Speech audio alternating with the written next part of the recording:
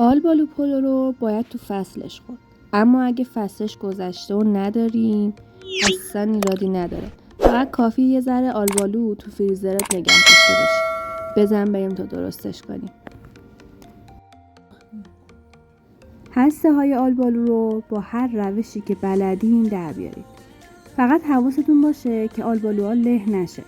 من با نی این کارو کردم و خیلی هم راحت و آسون هسته هاش در اومد.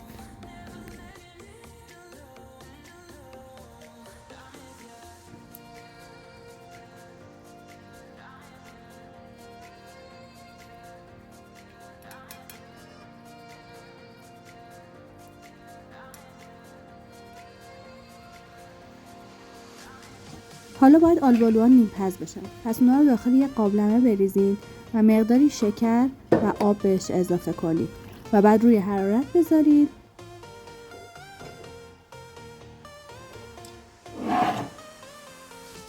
یه دونه پیاز رو پوست بکنید و رنده کنید.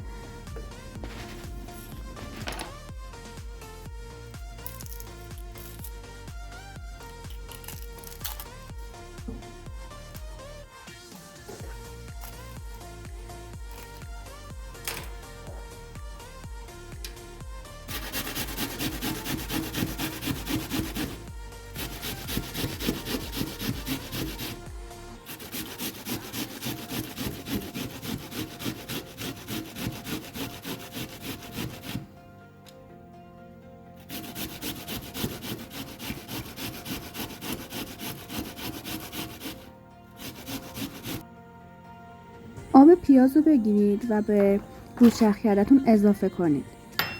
و الان نوبت ادویه هاست. بهش ادویه کاری، زردچوبه، فلفل و نمک اضافه میکنیم و بعد با دست خوب ورزش میدیم تا مواد یک دست بشه.